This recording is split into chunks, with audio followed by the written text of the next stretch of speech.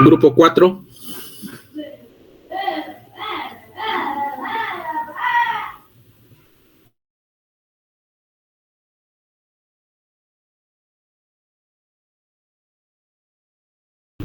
Bueno, profesor, en un momento comparten pantalla.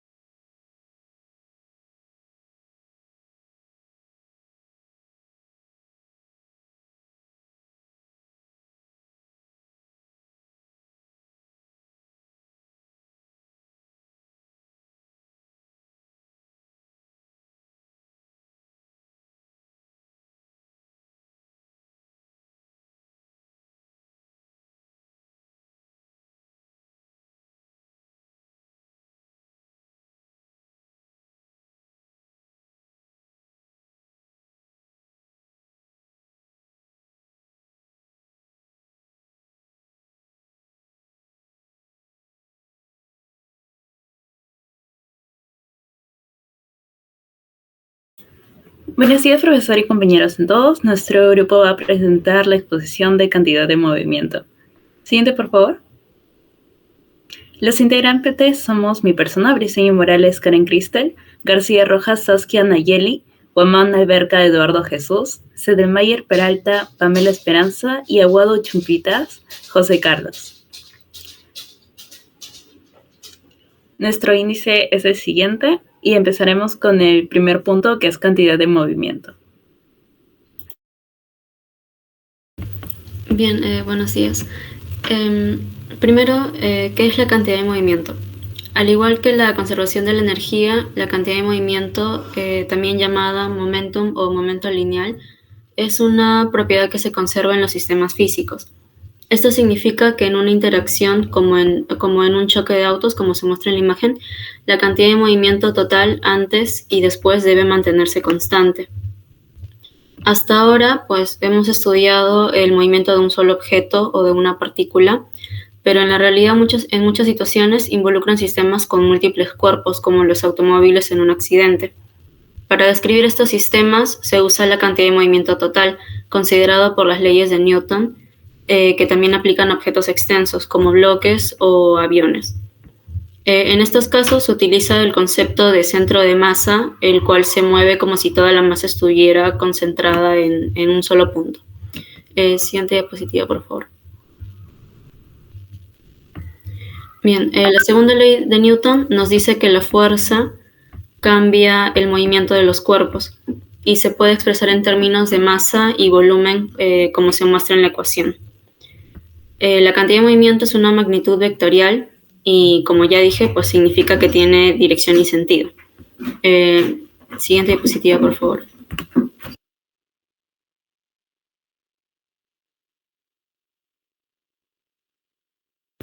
Ya, como ejemplo, tenemos tres cuerpos con diferentes masas y velocidades y nos piden calcular la cantidad de movimiento de cada uno.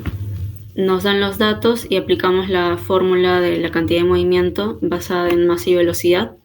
Reemplazamos y la cantidad de movimiento del cuerpo A es de menos 16 kilogramos por metro y segundo. Y la del cuerpo B es de 4 kilogramos por metros por segundo, y la del cuerpo C tiene en realidad dos componentes, ¿no? Positiva y negativa, e indica que se mueve en diagonal. Le doy paso a mi siguiente compañero. Bien, voy a explicarles sobre el impulso. El impulso es una cantidad vectorial igual en magnitud al producto de la fuerza por el intervalo de tiempo que actúa. La dirección de la fuerza y el impulso es la misma. Cuando un futbolista patea una pelota, como se muestra en la figura, una fuerza promedio muy grande actúa sobre la pelota durante un intervalo muy corto, provocando en la pelota una aceleración que cambia su estado de movimiento. Esta fuerza de impulso, simplemente impulso, se define mediante una fórmula, el cual es fuerza por el intervalo de tiempo. A partir de la segunda ley de Newton, toda fuerza resultante diferente de cero provoca sobre un cuerpo una aceleración, siendo fuerza por el intervalo de tiempo igual a metro por la velocidad inicial menos la velocidad final. Siguiente diapositiva, por favor. Con respecto a la relación cuando la fuerza actúa en un tiempo corto, hay un impulso, luego podemos establecer la siguiente expresión, que es impulso es igual a metro por la velocidad inicial menos metro por la velocidad final. Esta ecuación nos indica que el impulso es igual a la variación de la cantidad de movimiento. También nos indica que el movimiento varía cuando aplicamos la mayor fuerza en un intervalo de tiempo o cuando se prolongue la fuerza resultante. Por ejemplo, en la primera imagen, observamos si un automóvil veloz desea frenar y tiene problemas de freno, nos conviene disminuir la cantidad de movimiento chocando contra una bolsa de aire, pues el contacto se prolonga y la fuerza de impacto disminuye. En la segunda imagen observamos que, en cambio, cuando el auto choca contra un muro, el contacto se acorta, el cambio de cantidad de movimiento es brusco, haciendo aumentar la fuerza de impacto. En este caso, la deceleración es muy grande. Siguiente diapositiva, por favor. Bien, seguimos con un ejemplo, en el cual tenemos una bola de billar de 400 gramos que se mueve inicialmente a una velocidad de 8i metros por segundo. Choca contra una banda de mesa de billar y después del choque su velocidad cambia a menos 6j metros por segundo. El choque dura 0.02 segundos, el cual nos pide calcular el impulso resultante de la banda. Identificamos las variables. Por ejemplo, la masa es igual a 400 gramos o igual a 0.4 kilogramos. Necesitamos usar kilogramos para las unidades del sistema internacional. Seguimos con la velocidad inicial, que es de menos 8i metros por segundo. La velocidad final, que es igual a menos 6j metros por segundo. Bien, calculamos el impulso. El impulso resultante también se puede expresar como la variación de movimiento, que es igual a impulso igual al momento lineal final y menos el momento lineal inicial. Sustituyendo los valores que tenemos, el impulso es igual a menos 24 en la dirección de J más 0.2 en la dirección de I, medido por Newton segundo. Voy a dar paso al siguiente compañero, gracias. Bien, como punto 9.3 tenemos el principio de conservación de la cantidad de movimiento. En un sistema aislado donde no actúan fuerzas externas, la cantidad de movimiento total permanece constante. Esto se basa en la tercera ley de Newton, que esta es, ¿no?, que toda acción tiene una reacción de igual magnitud y un sentido opuesto. Tenemos la siguiente ecuación en la que nos dice que la cantidad de movimiento antes es igual a la cantidad de movimiento después del choque. Siguiente diapositiva, por favor. En el ejemplo tenemos que dos patinadores sobre hielo se empujan entre sí. Uno tiene una masa de 50 kilogramos y se aleja con una velocidad de 2 metros por segundo. ¿Con qué velocidad se moverá el otro patinador? De 70 kilogramos. Primero, para el planteamiento de la ecuación, tenemos que la conservación de la cantidad de movimiento establece que la cantidad de movimiento del primer patinador más la cantidad de movimiento del segundo patinador es igual a 0.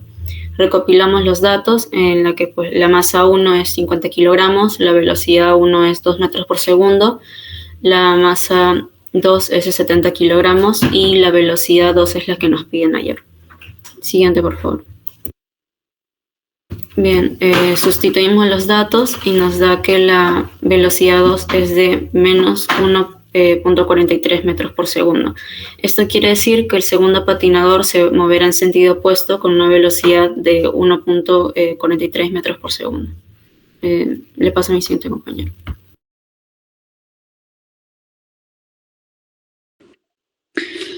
En el 9.4 tenemos el choque o colisiones, donde nos dice que en todo choque dos objetos se aproximan uno al otro, interaccionan fuertemente y se separan. Un choque puede ser breve, como el que ocurre entre dos bolas de billar, o puede tardar cientos de años, como son los choques entre las estrellas. Sin embargo, en todos los choques, los objetos interaccionan fuertemente entre sí durante la colisión. En el choque de las vías actúan fuerzas externas como la resistencia del aire, la fricción del peso, la fuerza de la gravedad, la reacción normal sobre la vía, los cuales son despreciables en comparación con la fuerza de interacción durante su breve choque. En el gráfico tenemos que sobre el sistema, dos esferas, las fuerzas externas son muy pequeñas en comparación a la fuerza de interacción que experimentan entre ellas. Este par de fuerzas son la acción y la reacción. Siguiente diapositiva, por favor. En el 9.4.1 tenemos la relación de choques con el impulso, donde nos dice que en un choque de dos objetos ordinarios, ambos se deforman con bastante frecuencia a causa de las grandes fuerzas que intervienen cuando ocurre el choque. La fuerza va desde cero en el momento de contacto hasta un valor muy grande, en un tiempo muy corto. A continuación regresa a cero en forma abrupta. En la primera figura se nota la deformación de ambos cuerpos durante la colisión, debido a la gran fuerza de la interacción. En la segunda gráfica tenemos en la gráfica fuerza versus tiempo, vemos la variación de la fuerza que experimenta un objeto sobre el otro durante un choque. Por lo general, la duración del choque es muy pequeña. Siguiente diapositiva, por favor. Como vimos anteriormente, durante el choque de la pelota experimenta un impulso y es el valor de la fuerza por el tiempo a lo largo del cual actúa. También representa el cambio de la cantidad del movimiento. Pero como en la gráfica anterior, F-T, la fuerza es variable en este corto tiempo.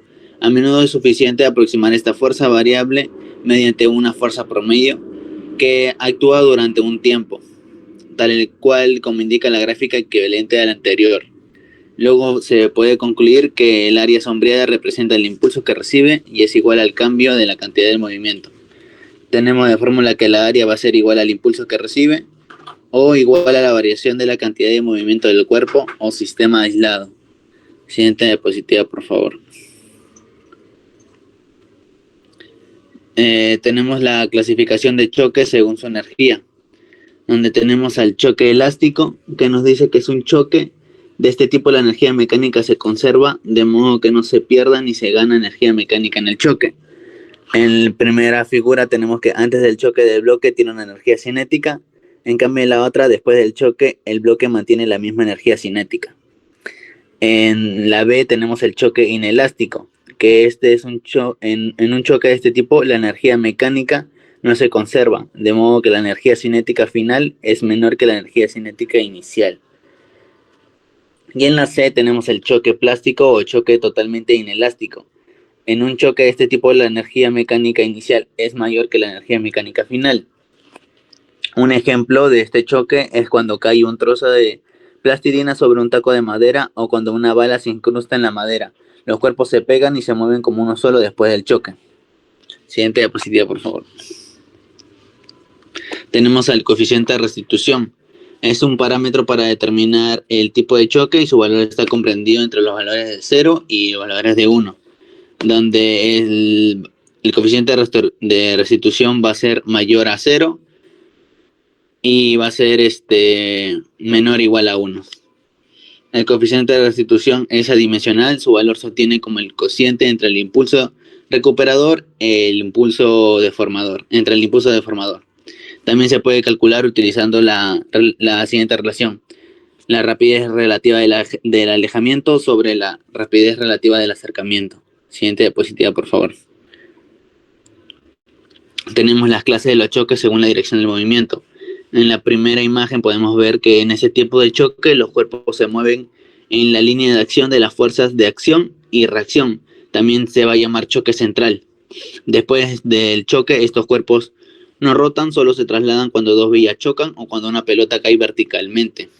Y en la siguiente imagen podemos ver cuando un cuerpo choca frontalmente contra una pared, se tiene que B2 va a ser igual a E por B1. Y también cuando un cuerpo choca contra una pared lisa, este choque va a ser oblicuo. Siguiente diapositiva, por favor. Como ejemplo tenemos que la figura muestra las velocidades de dos esferas antes del choque. En B1 tenemos a 8i metros por segundo y en B2 tenemos a menos 6i metros por segundo.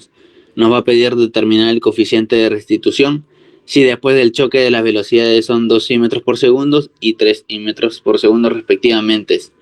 Para ir al paso de la resolución al desarrollo, tenemos que antes del choque la rapidez relativa del acercamiento vendría a ser a 8 más 6, lo que nos va a dar a 14 metros por segundo, y después del choque la rapidez relativa del alejamiento va a ser 3 menos 2, lo que nos da 1 metros por segundo, ¿no? Entonces pasamos a utilizar la fórmula que vendría a ser la rapidez del alejamiento entre la rapidez del acercamiento. Entonces simplemente reemplazando los datos sería 1 sobre 14, lo que nos va a dar como respuesta a 0,071. Le doy paso a mi compañera. Ahora pasaremos a hablar sobre el centro de mesa. El centro de mesa es el punto de masa, ese punto de sistema, sí. Es el punto en un sistema donde podemos considerar que toda la masa del sistema está concentrada. Es como si todo el sistema se comportara como si fuera una sola partícula ubicada en ese punto. Este concepto es especialmente útil cuando trabajamos con sistemas de muchas partículas o cuerpos extensos, ya que nos permite analizar su movimiento de manera más sencilla. Para calcular esto, la posición del centro de masa, vamos a usar la siguiente fórmula, donde el MI es la masa de cada partícula y el RI es el vector de posición de cada partícula. En palabras simples, el centro de masa es un promedio ponderado de la posición de todas las partículas, donde el peso es la masa de cada partícula. Por ejemplo, si tenemos dos partículas con masas 1 y masa 2, ubicadas en la posición R1 y R2, el centro de masa estará más cerca de la partícula con mayor masa. Este concepto nos permite simplificar el análisis del movimiento del sistema de complejos, ya que podemos tratar todo el sistema como si fuera una sola partícula ubicada en el centro de masa. Siguiente, por favor. Con esto pasaremos a la siguiente, a la velocidad del centro de masa. Cuando las partículas de un sistema se mueven, el centro de masa también se mueve y su velocidad es un promedio ponderado de las velocidades de todas las partículas. La velocidad del centro de masa se va a calcular con la siguiente fórmula, donde, como se observa aquí, la masa... un momentito. Es igual a la misma base de VI, la velocidad de cada partícula, y MI es la masa de cada partícula. Siguiente, por favor.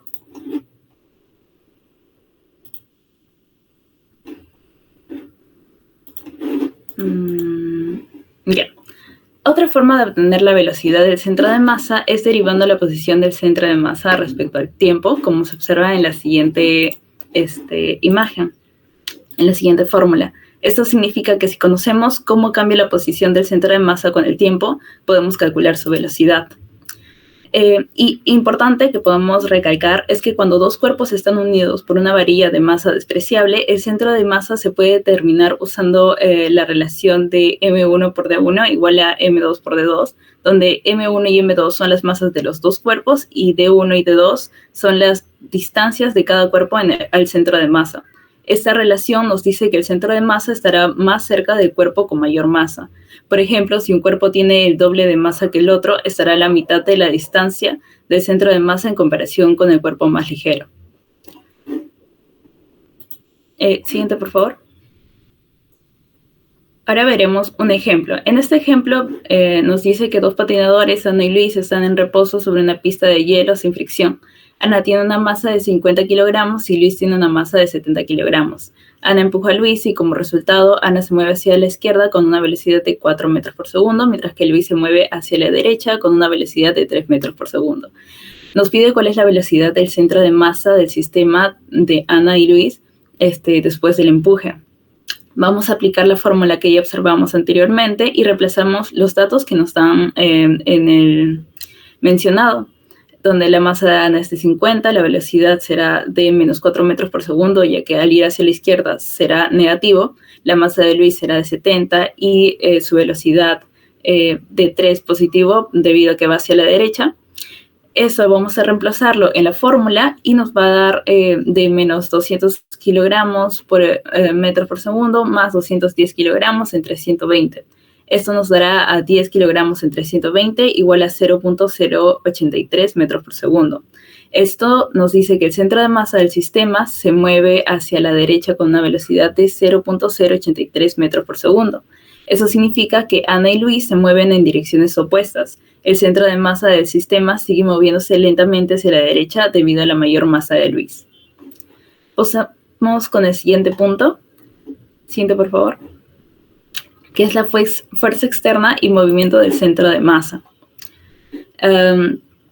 Las fuerzas externas afectan el movimiento del centro de masa. Primero es importante distinguir entre fuerzas internas y externas. Las fuerzas internas son aquellas que actúan entre las partículas del sistema, mientras que las fuerzas externas son aquellas que actúan desde fuera del sistema.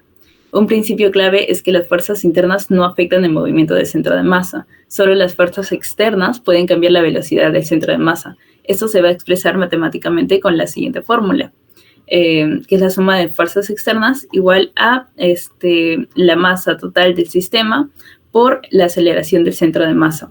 Esta ecuación nos dice que si hay una fuerza externa neta actuando sobre el sistema, el centro de masa se acelerará. Por otro lado, si no hay fuerzas externas, el centro de masa se moverá con velocidad constante o permanecerá en reposo. Para ello observamos un ejemplo. Siguiente, por favor. Donde nos dice dos bloques de masas, donde la primera masa es de 3 kilogramos y la segunda masa de 7 kilogramos, están conectados por una cuerda inextensible y sin masa. Se aplica una fuerza externa de F igual a 50 newton sobre el bloque de 3 kilogramos en una superficie horizontal sin fricción. Nos pide cuál será la aceleración del centro de masa del sistema y cuál será la tensión en la cuerda que conecta los bloques. Aplicamos la fórmula que hemos observado normalmente y donde M es la masa total del sistema. Reemplazamos los valores, que sería 3 más 7 igual a 10. Sustituimos la fuerza externa aplicada, que nos daría 50 newton entre 10 kilogramos, y esto sería igual a 5 metros por segundo al cuadrado. Siguiente, por favor.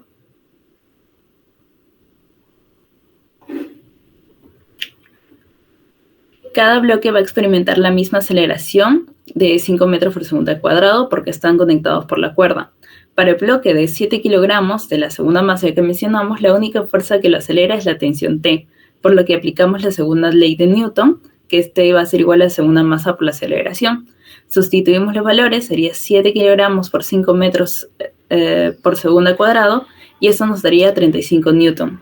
Nuestras respuestas darían que la aceleración del centro de masa del sistema es de 5 metros por segundo al cuadrado y su tensión en la cuerda será de 35 newton. Eso sería todo, profesor. Muchas gracias. Grupo 4, ¿no? Sí, profesor. Ya.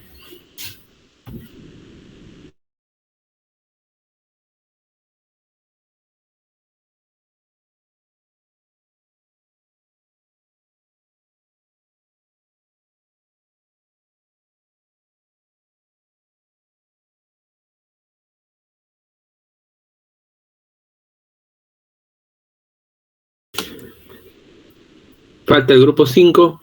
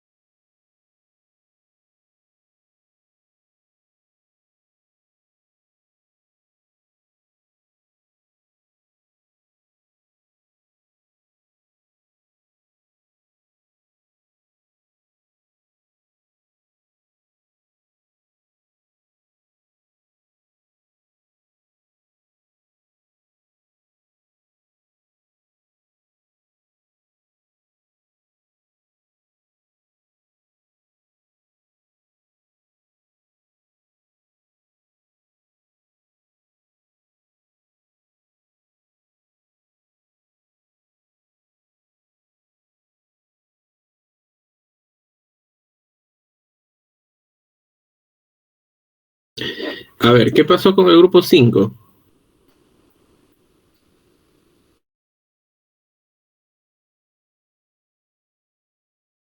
Profesor, buenos días. Disculpe, es que estoy llegando a mi casa. ¿Si me podría dar 5, 10 minutos, por favor? Es que he tenido problemas.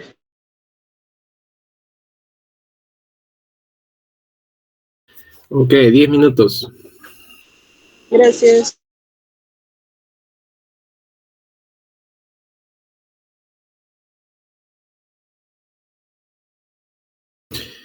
Jóvenes, para los grupos que ya han expuesto, recuerden que tienen que presentar luego lo que es el capítulo 14, lo que es temperatura y dilatación.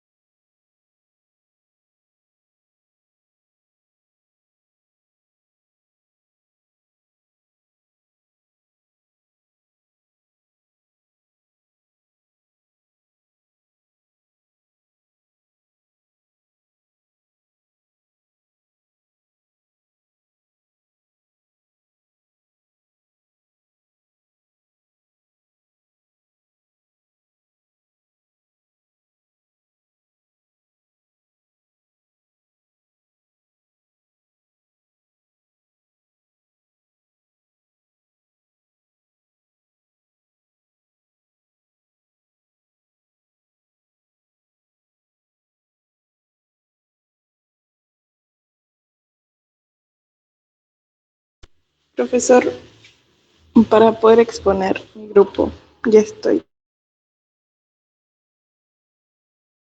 Claro, presente.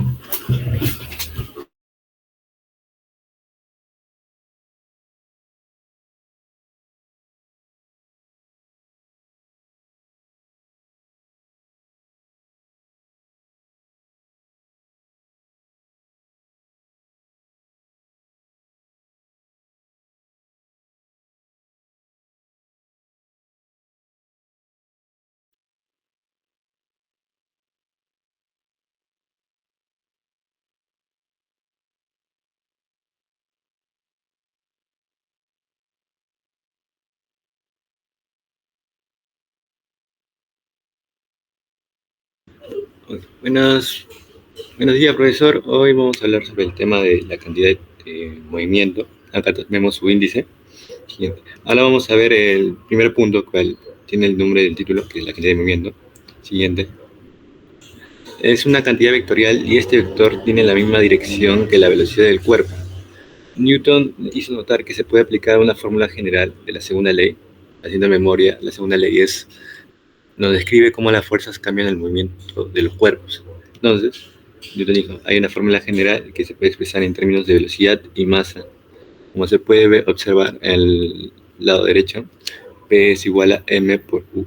P es la cantidad de movimiento y M es la masa, que está en kilogramos, y V la velocidad, que es en metros sobre segundo. Siguiente. Ahora vamos a ver los ejemplos para entender mejor esta fórmula. Tres masas, 2, 1 y 3 respectivamente, se mueven con velocidades, velocidad de A, que es menos 8 y metros sobre segundos, velocidad B, que es 4 y metros sobre segundos, y el último, que es 2 y menos 3 J metros sobre segundos. Nos pide ya la cantidad de movimiento de cada cuerpo. Para ir al primero, la fórmula, nos recordamos, es P es igual a MV, reemplazamos los datos y nos va a salir que es menos 16 y K kilogramos por metro sobre segundos.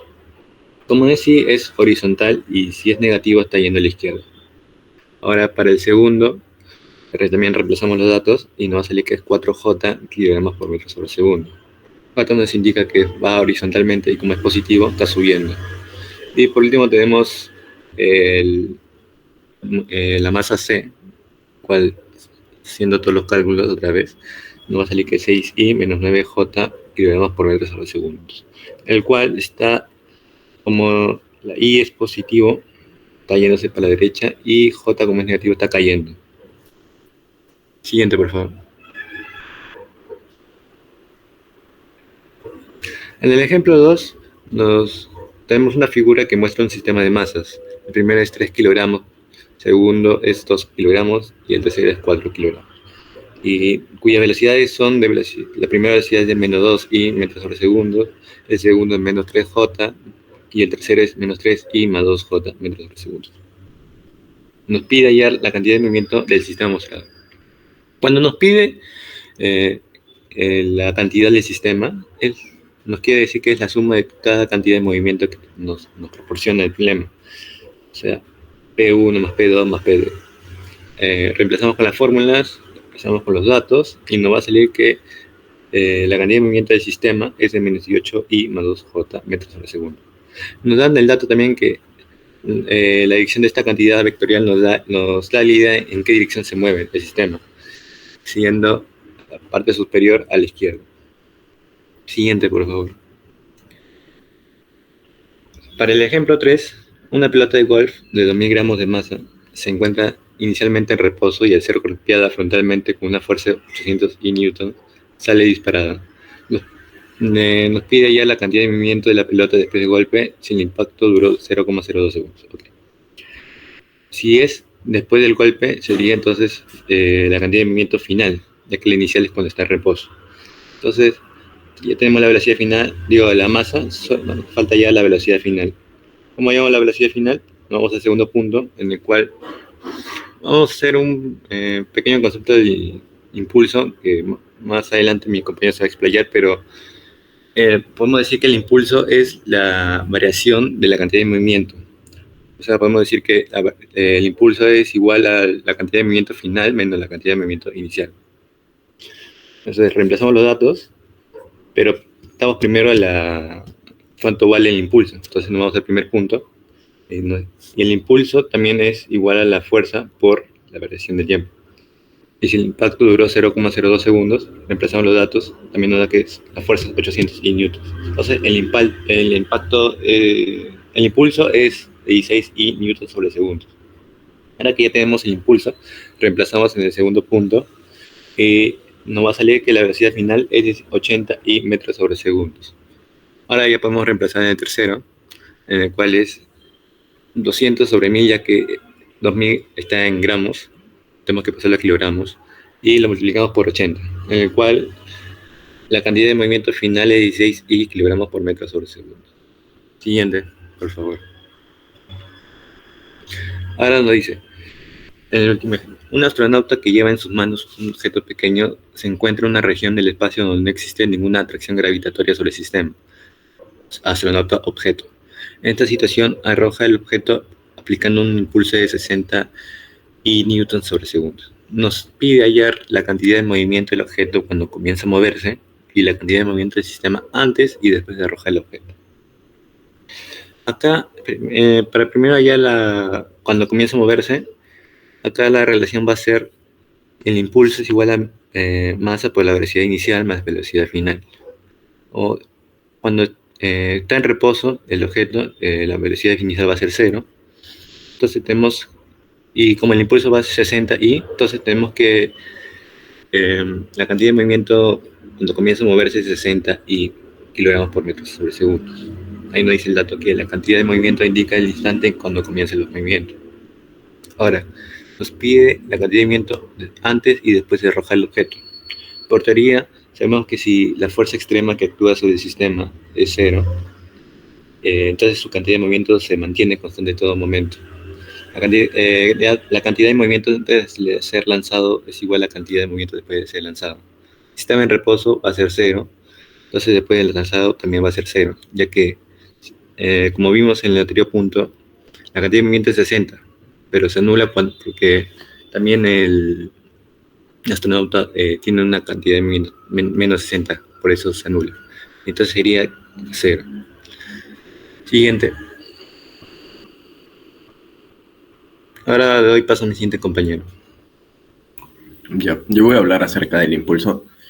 Y bueno, el impulso pues es un concepto fundamental en la mecánica clásica que se describe como una fuerza aplicada sobre un objeto durante un cierto intervalo de tiempo o variación de tiempo que va a cambiar su cantidad de movimiento o el momento lineal, y matemáticamente se expresa con la siguiente fórmula, donde I es el impulso que se mide en newtons por segundo, F es la fuerza neta aplicada también en newtons, y pues la variación del tiempo o el intervalo en el tiempo durante el cual va a actuar la fuerza, que está en segundos, ¿no?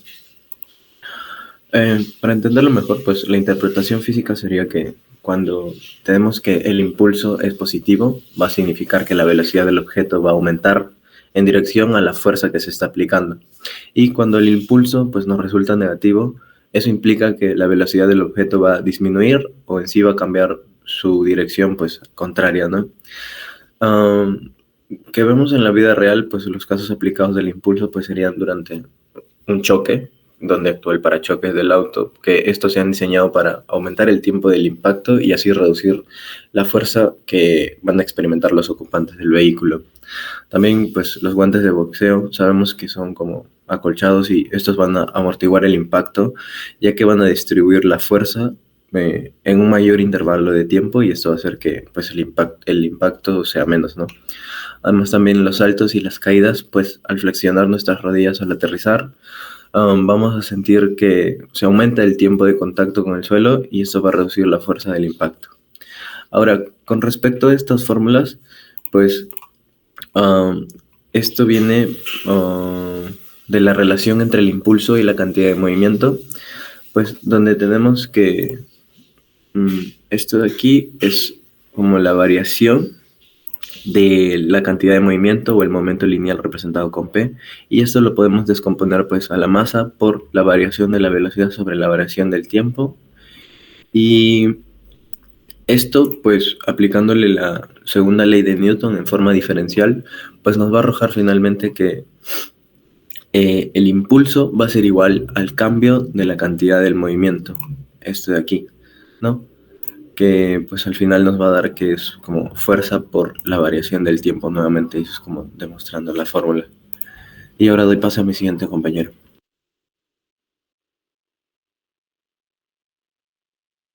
Ahora yo les voy a hablar acerca del principio de la conservación de la cantidad de movimiento. Siguiente, por favor.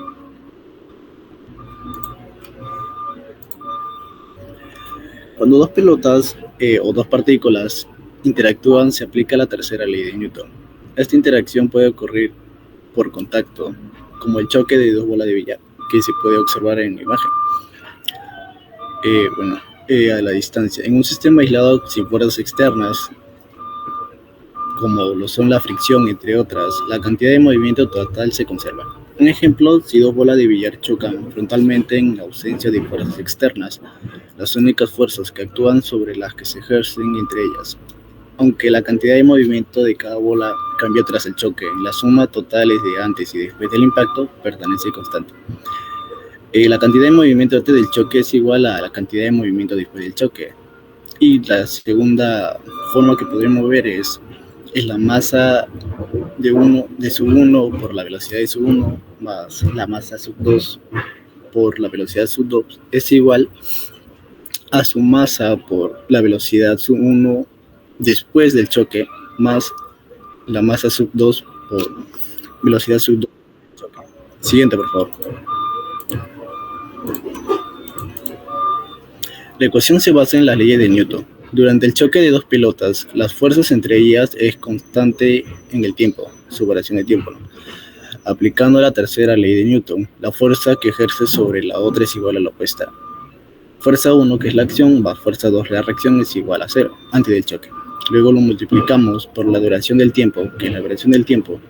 Y como vimos anteriormente, la fuerza por la variación del tiempo es igual a impulso. Bueno, el choque dura un tiempo corto, variación de tiempo, que se produce en el impulso. Siguiente, por favor. Según esta ecuación, cada pelota recibe impulso en direcciones opuestas. Además, el impulso es el cambio de la cantidad de movimiento. En la fórmula de variación de cantidad de movimiento de la pelota 1 es igual a la variación de la cantidad de movimiento de la pelota 2, pero en direcciones opuestas. Bueno, la cantidad de movimiento de un sistema aislado permanece constante porque no hay fuerzas externas sobre él.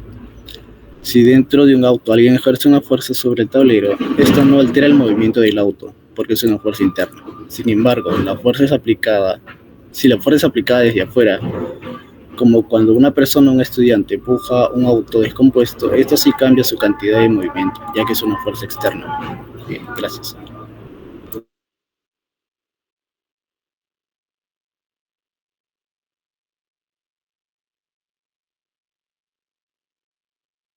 Voy a hablar sobre choques o colisiones. Siguiente. Ya. La relación de choques e impulso. En un choque de dos objetos ordinarios, ¿no? Ya. En la primera imagen se nota la deformación de ambos cuerpos durante la colisión debido a la gran fuerza de interacción. En la otra imagen vemos que la gráfica fuerza versus tiempo, vemos la variación de la fuerza que experimenta un objeto sobre el otro durante un choque. Por lo general, la duración del choque es muy pequeño. Y hablamos de las imágenes, como se ha visto anteriormente. Durante el choque, la pelota experimenta un impulso, y es el valor de la fuerza F por el tiempo, a lo largo del cual actúa. También representa el cambio de cantidad de movimiento, pero como en la gráfica anterior, fuerza y tiempo, la fuerza es variable en este corto tiempo.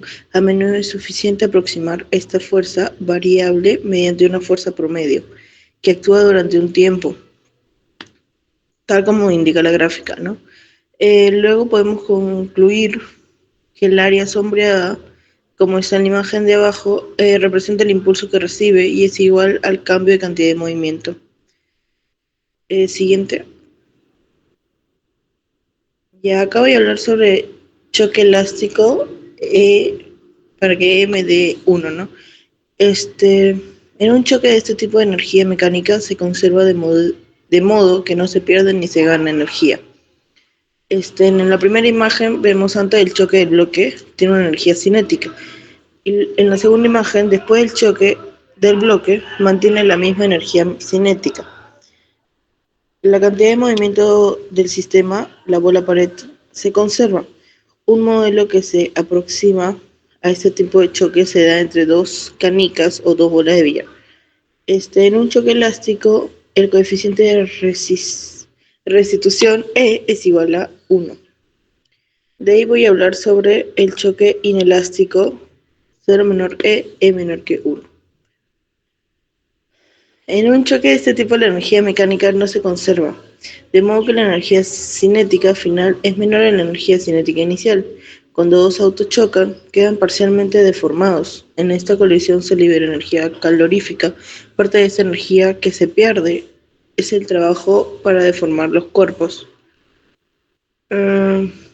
Ya, de ahí cuando dos autos chocan, quedan proporcionalmente deformes. En esta colisión se libera energía calorífica, parte de energía que se pierde en el trabajo, ¿no? En un choque elástico, la coeficiente restitución E se encuentra comprendido por los valores 0 menor E menor 1. Siguiente. Ya, y de ahí voy a hablar sobre el choque totalmente inelástico o choque plástico, que E igual a 0, ¿no? Un ejemplo de este choque es cuando cae un trozo de plastilina sobre un taco de madera o cuando una bala se incrusta en la pared, en la madera. Ya, antes del choque la energía sintemática del sistema es el proyectil. En este tipo de choque los cuerpos quedan pegados o no rebotan. Eso significa que E es igual a 0. Y sabemos que después del choque la energía mecánica es menor que la inicial. Le paso a mi siguiente compañero.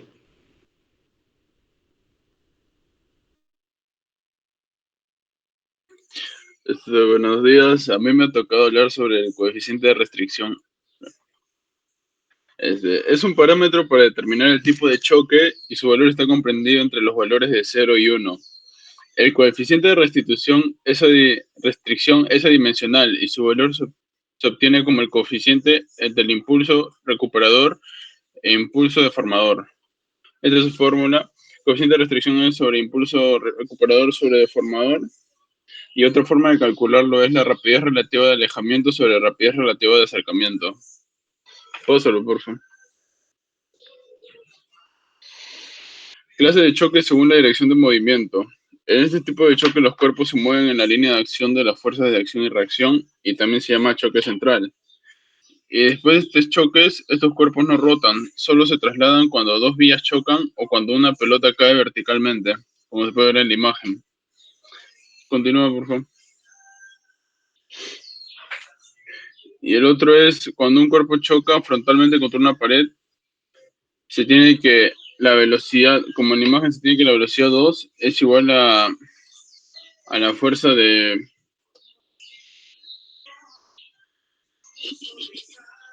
todo el profesor.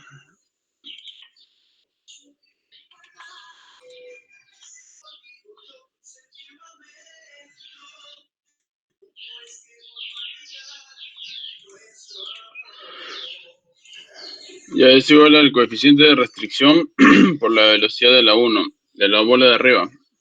Y cuando un cuerpo choca contra una pared lisa, ese choque es central o oblicuo, donde es que el coeficiente de restricción es igual a la segunda velocidad sobre la primera velocidad por los cosenos de beta y alfa de los ángulos de inclinación que tienen. Y un ejemplo es, las masas del sistema de la figura sufrirán una colisión plástica. Calcular la masa m para que después de la colisión el conjunto se mueva a razón de 1 metro sobre segundo a la izquierda. Resolviendo eso, hallamos que es masa por velocidad del primero que sería 2 por 6, más masa por velocidad del segundo, que sería m por menos 2 porque va a la izquierda, y ese es igual a la suma de masas, que es m más 2, multiplicado por menos 1, porque nos dice que el conjunto se mueve a razón de 1 metro sobre el segundo a la izquierda. Usando esa fórmula vemos que la masa de la segunda esfera es 14 kilogramos. Siguiente. Les paso con mi siguiente compañero.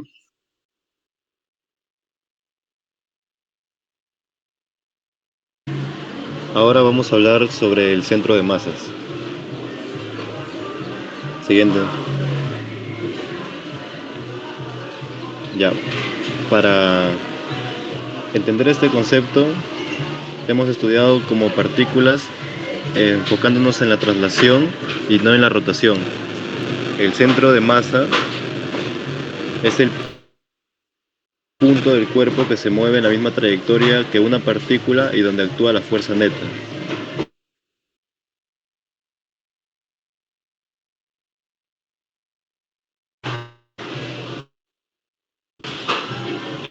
El movimiento de un cuerpo se puede dividir también en traslación del centro de masa y en movimientos rotatorios, vibratorios u otros respecto del centro.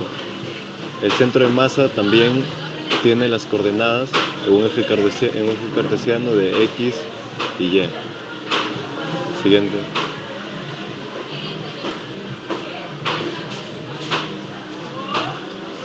Ahora, también el vector de posición del centro de masa se puede expresar en términos de los vectores posición R1 y R2 de las partículas. En cuanto a la velocidad del centro de masa, la cantidad de movimiento del sistema es equivalente a la cantidad de movimiento del centro de masa. Entonces, se puede establecer la siguiente relación. La cantidad de movimiento del centro de masa es igual a la cantidad de movimiento del sistema, donde tenemos también que la velocidad del centro de masa es igual a la suma de cantidades de movimiento sobre la masa. O también que... Y de esta se deriva otra ecuación. Ahora, siguiente, por favor.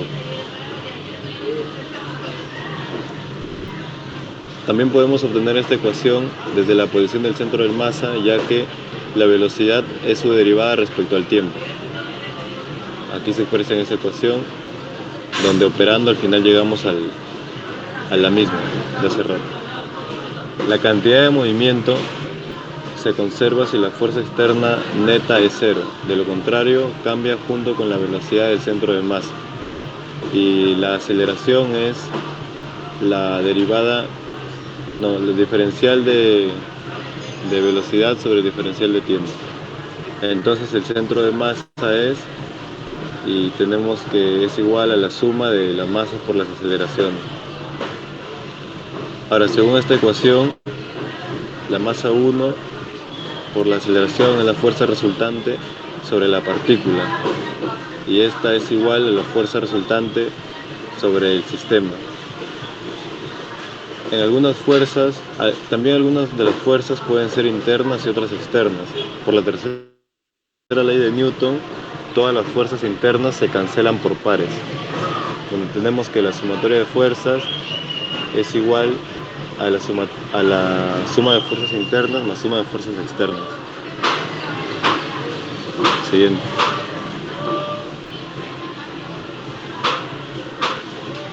Ahora, para entender estos conceptos vamos a los ejemplos, donde primero tenemos dos masas de 3 kilogramos, donde cada una tiene una velocidad la primera tiene una velocidad de 2 i metros por segundo más 3j metros por segundo, escrito de forma vectorial. Y el otro tiene una velocidad de menos 3 i metros por segundo y menos 4j metros por segundo, donde nos pide determinar la velocidad del centro de masa. Para la solución vamos a tener que la masa total de un sistema multiplicada por la velocidad del centro de masa es igual al momento lineal total del sistema.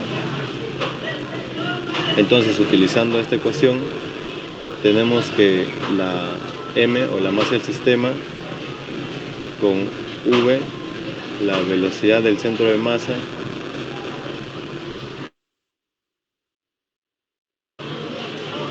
y operando la masa sub 1 por la velocidad 1 más la masa 2 por la velocidad 2, esto nos debería dar la velocidad del centro de masa, donde operando tenemos que es menos 0,5 i y menos 0,5 j.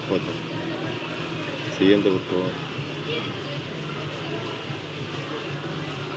Ahora, para el ejemplo 2, tenemos que un automóvil de 1500 kilogramos se mueve hacia el oeste con una velocidad de menos 20 i metros por segundo, y un camión de 3000 kilogramos se mueve hacia el este con una velocidad de 16 i metros por segundo. Nos pide determinar la velocidad del centro de masa del sistema. Utilizando la misma ecuación de hace rato, tenemos que la masa sub 1 por la velocidad sub 1 y la masa 2 por la velocidad de esta va a ser igual a la velocidad del centro de masa. Entonces, operando, tenemos que la velocidad del centro de masa es igual a 4i metros por segundo. Siguiente, por favor.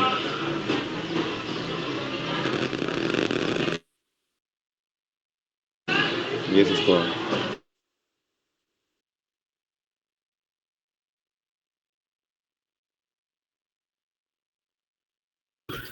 Muy bien, jóvenes. Perfecto. Grupo 5.